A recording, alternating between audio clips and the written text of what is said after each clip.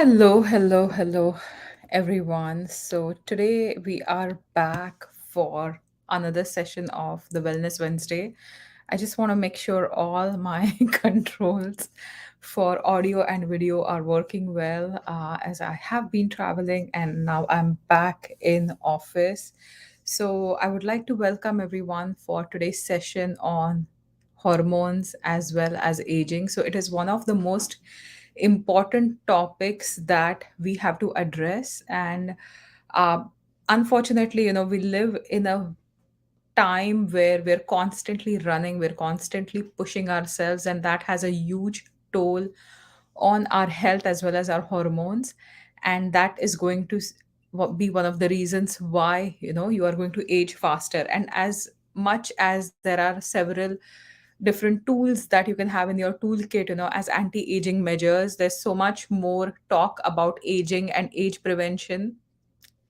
The fact is that you will age no matter what, but if you can do that in a very healthy way, that is going to be something, that will be beneficial in the long term. And often, see, aging can't be prevented, but there are certain conditions related to aging that can definitely be prevented, right? So that's exactly what we are going to talk about, the impact of aging and how, uh, hormones are going to be a part of your aging process. So there are several hormones that will play a huge role in the aging process. An example is the growth hormone, right? So growth hormone is the one that's secreted by the pituitary gland. It will promote growth development during childhood, adolescent. As we age, this growth hormone is going to decrease, and that will lead to a lot of changes in the body composition. So one of the most common factors associated with aging is the loss of muscle mass. It's the loss of muscle mass that can often make somebody weak, not just from a physical standpoint or a strength standpoint, but if you do not have enough good musculature, you are not going to recover from different conditions that easily. You're not going to spring back from colds and flus that easily, because your body does tap into your muscles as a source of protein, as a source of amino acid that's needed for recovery. So keeping the muscle mass is extremely important. And this growth hormone is going to decrease as we age. The healing is going to slow down, bone density is going to slow down, the energy levels are going to decrease. The second hormones that are impacted, are sex hormones. So often, like testosterone in males, estrogen, progesterone in females, and some amount of testosterone in women are also going to impact your health, and not just from um, a physical sexual perspective, but also from an emotional perspective, also from a muscle mass perspective, right? So anytime you see changes in these sex hormones, you will see that your muscle mass is getting reduced. You are also having a lot of cognitive changes. Your personality changes as well. You can become more irritable during menopause, for example, right? So these are also huge when it comes to the process of aging. Now, thyroid gland, which produces T3 and T4, they're going to regulate the metabolism. And with age, also your thyroid function may decline. It may have lower your metabolic rate. It will lead to weight gain, fatigue, cognitive changes. This is one of the reasons why one thing I recommend is always get your thyroid checked, right? So if you are over the age of 40, if you suddenly start experiencing weight gain, extreme fatigue, you're mentally lethargic, you have a lot of hair fall, it is time to get your thyroid checked, because that often goes undetected. The fourth one is insulin. So insulin is produced by pancreas, which helps regulate your blood sugar levels. And aging will lead to often this condition called insulin resistance, which is going to result in higher blood sugar levels. So you have your insulin, but your body is not responding to the insulin, and that can contribute to type 2 diabetes as well as metabolic disorders. Cortisol is the stress hormone. So cortisol is another hormone which is going to impact your aging process. High levels of cortisol. Chronic stress can accelerate the aging process. It will increase the inflammation in the body. It will lower your immune function. And this is also the reason why when you see someone who's gone through a hard time, they've gone through a really hard time in life, you will see that they've aged so fast in such a short span of time. So that's all stress related. And melatonin is something that regulates your sleep wake cycle. So whenever we talk about aging is going to decrease this melatonin production, and often the sleep patterns are disrupted, and insomnia is a common condition that is associated with seniors. So a lot of the common complaints of seniors are, oh, I can't sleep well, right? So that is because this melatonin has been impacted as well. um, I'm gonna say a quick hi to everybody that's watching live. So, impact of hormonal imbalances on aging. So let's talk about how these hormones, if they stay in balance, they will protect you for a long time, right? And there is a lot more to hormones than just certain basic functions that we talk about. I'll give you an example. So when we talk about menopause, right? So in women, we need our hormones, we need our menstrual cycles for our reproductive life, but also your hormones have so much more function than besides the reproductive part. So when we talk about estrogen, when we talk about progesterone, right from keeping your skin healthy to keeping your bones healthy to keeping you cognitively sound, that is what estrogen will do, right? The same in men. Whenever you see andropause, which is the counterpart of menopause and not talked about as much, when testosterone levels decline in men, it is going to create fatigue, it is going to create muscle loss, cognitive changes, mood changes, in addition to a lowered libido. So that is how hormonal imbalances are going to impact the aging process. Uh, you will also see weight changes. So often, as the aging process takes place due to different hormones, you end up losing a lot of the muscle mass, and that is again added on by putting on more of the body fat, right? And as you lose the muscle mass, you're losing a lot of the strength. Your metabolism is going low. The increased fat deposition can result in insulin resistance as well as the risk of type 2 diabetes, right? There are cognitive functions that are also involved with imbalanced hormones. So, estrogen example is what I was talking about. That if you are someone who's going through a menopause or gone through a menopause, and if you're finding cognitive decline, if you're finding that your memory is not as good, if your attention is not as good, right? If you're developing symptoms related to dementia, that could be associated with a lowered estrogen.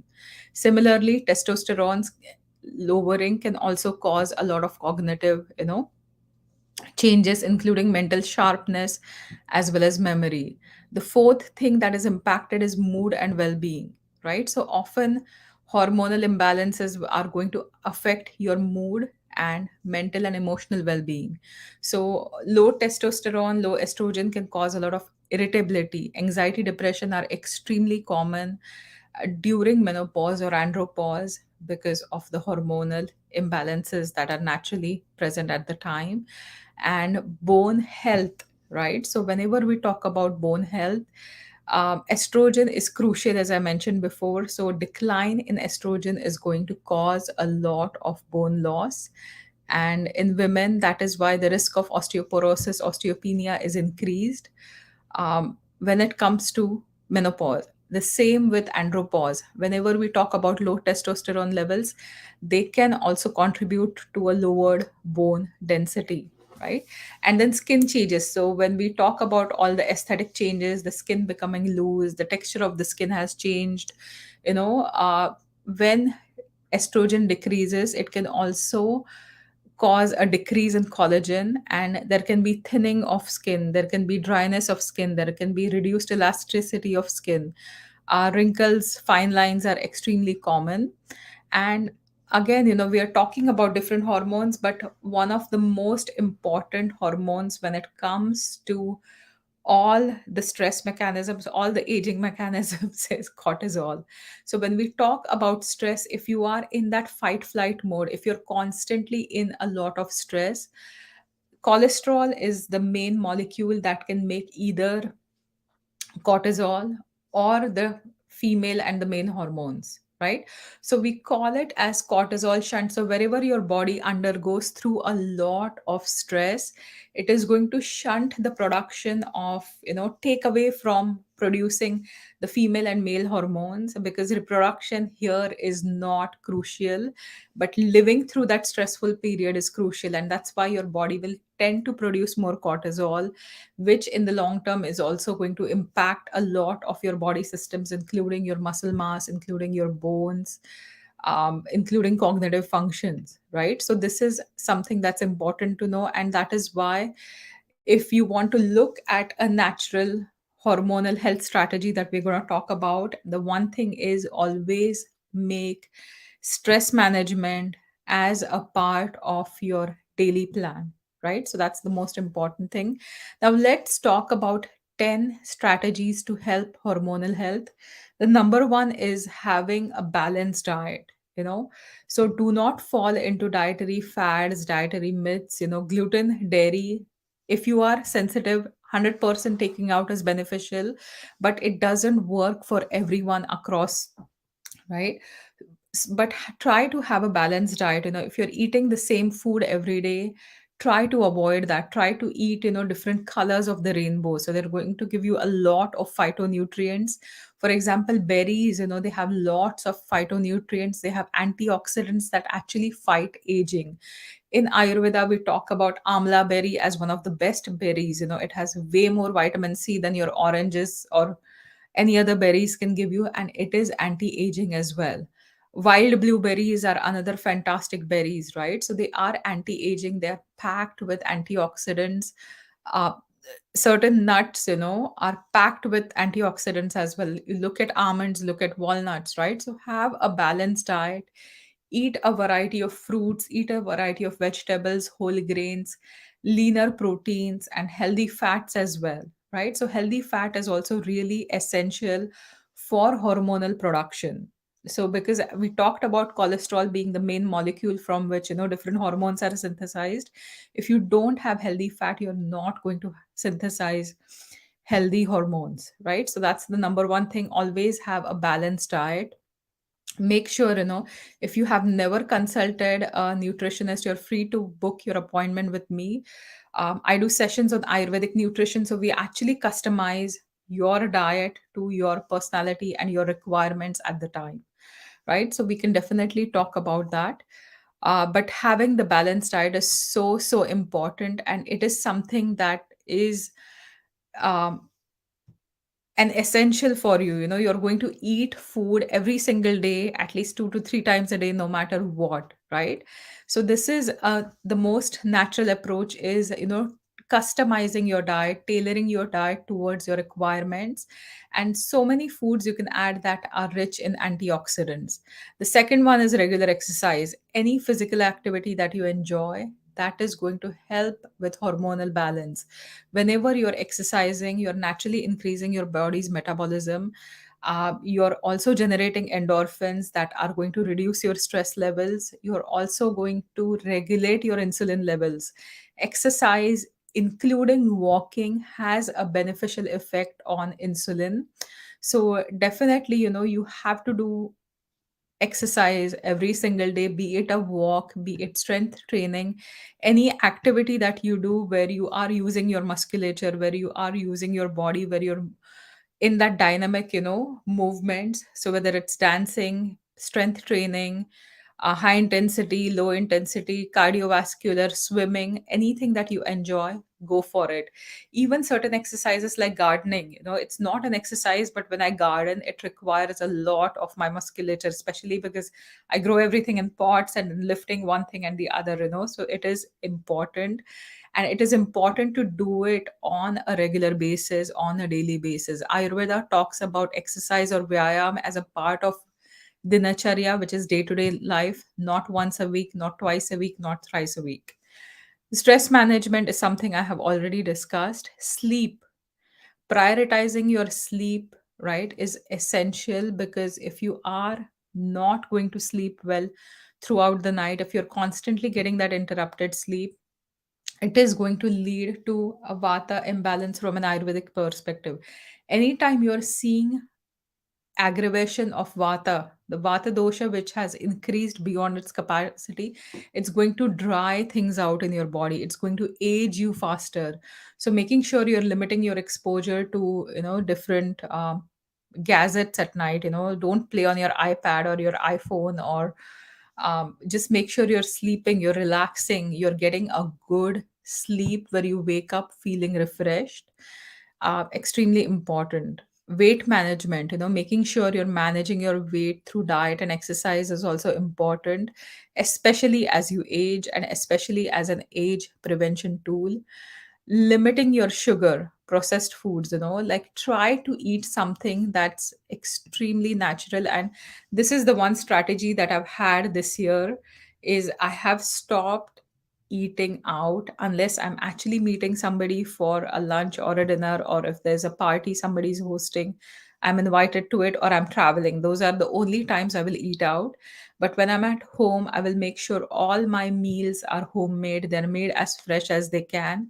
And now I'm excited about the gardening season, so this is the exact time where I love to grow fresh food and eat it. I already have Swiss chard from last year popping up. I have some amazing snap peas, in my indoor gardens, and I have lots of tomatoes that I have already grown. And I'm going to plant those outside now. So this is one simple strategy. If you love gardening, you can do that, but try to limit processed foods. Try to limit those energy bars and nut bars and everything that's supposed to make you healthy, but that's not natural. Often, if you look at the sugar content of those energy bars, they're not helping you. So try to eat food as close to nature, as less processed as possible. The seventh one is hydration. Water, how much water should you drink, is always a big question that I'm asked. And some will say, half your body weight in ounces. If you're looking at the pounds, it's half the body weight in ounces. But the one simple thing is, 8 to 10 glasses is the most common for everyone, depending on your activity levels, your height, your body frame as well. The simplest thing is make sure you don't feel parched, your skin doesn't feel dry. You can take a nail and just draw a line. And if you can see a white line, like I'm dehydrated today, I just traveled back. I reached Sarni at 3 a.m. last night, and I haven't been able to hydrate myself well. So if you're seeing a white line, if you draw it with the nail, that shows you are not hydrated, right? If you are having a dark urine that has a very strong odor, you're not hydrated. So making sure you're upping your hydration, extremely important, right?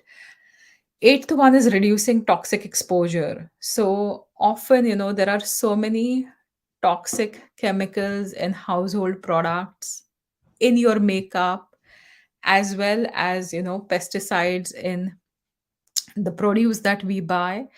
Plastic bottles, these are all endocrine disruptors. So minimizing your toxin exposure. If you want to know details about this, go to my YouTube channel. You can look at xenoestrogens or foreign estrogens. That is where we have discussed all different kinds of products that are toxic and that will create disruptions in your hormones, right? The 10th one is, make sure you are visiting, a practitioner, a holistic practitioner, or your primary healthcare practitioner, and getting regular checkups, for hormonal health as well. If you're going through a lot of, menopausal symptoms, try to get the hormones checked, try to see where you are, and only then when you can reach where you want to be, right? So that's the ninth strategy. And the 10th one is herbal support. So there are so many herbs. Ayurveda has a separate category of herbs that are called adaptogens. Most common ones are ashwagandha, for example, right? There are shatavari, there is brahmi, mandukparni. So there are so many different kinds of adaptogens. Again, with herbs, the one thing I advise is always working with a practitioner, talking to them, because there are different herbs that can impact you in a really good way, but they can also interact with your medications if you're on multiple medications. So make sure that you are always consulting with somebody who is a practitioner to incorporate more herbs, especially Ayurvedic herbs in your diet, because Ayurvedic herbs, ashwagandha is not just an adaptogen, it's going to work on different components of your body. If you have gone through a lot of stress, one of my favorite herbs is holy basil, right? Holy basil as a tea, it is also adaptogenic. It can really help. But again, if you are taking medications, just be a little bit cautious, and make sure you don't mix a lot of medications with herbs without their interaction knowledge, right? So this is my little talk on anti-aging. I tried not to go very in depth into the hormones, but if you want to look at the gist of the talk is, make sure you correct your diet, right? Having a good dietary plan, eat as fresh as you can, eat live foods. Something that has been sitting on the shelf is has already aged, right? If it's been sitting on the shelf for a while now and then you're eating those dead foods, and you are going to age faster. So eat fresh foods, eat live foods. Being out in the nature, like I was on a hike for almost a week, and I was in the US. I visited so many national parks, the Bryce National Park, Zion, Grand Canyon. I was hiking everywhere, right? And just being in the nature, getting your sunshine vitamin, getting your activity levels, getting your body moving. If you hate exercising, you can do some kind of activity that brings you joy. But an anti-aging plan has to be an everyday plan. It's not about one fine day waking up and realizing that, oh, my face has so many wrinkles or my hair has great. It happens to a lot of us, but make sure you are taking the time, you're balancing the hormones, and these hormones have a protective action on your body.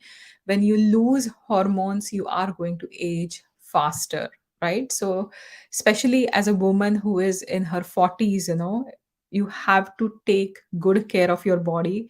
You want to make sure you're slowing down, you're giving a time for your body to rest and recuperate, and your hormones to regenerate as well, your energy levels to regenerate as well, right? So that's my talk on hormones and aging. So you have to slow down if you really want to slow down the effects of time on your body, right? If you are constantly running, catering to everything everywhere around you, you are going to generate a lot of stress in the body. And this is another thing nobody talks about. Stress is not always mental stress. Busyness, which has been celebrated today, is a form of stress as well, because you're running around a lot of the times like a headless chicken, trying to get one thing done, the other thing done. So please, slow down, take a few deep breaths, smell the roses or geraniums or any flowers that you enjoy, and that is going to be one of the secrets to slowing down the time effects of time on your body. So thank you everyone for watching. I'm little bit jet lagged today. I slept at 3:30. I woke up pretty late, so I am a bit jet lagged. So thank you for your patience and bearing with me today. Next week, we are going to talk all about hormonal headaches. We're going to talk about the causes. We're going to talk about different natural remedies. Mugda is here. Nice to see you. Pintu, Monica is here. Namrata is here as well. So thank you all for watching. I'll see you next week at noon. If you have any questions about aging, please post it in the comment section. If you want to check out my other videos, you can go to YouTube at Manjari Ayurveda, and you will see a lot of videos posted on aging. You will also see lots of videos posted on estrogens, hormonal balance as well. So, thank you. Have a fantastic day, and I will see you all next week for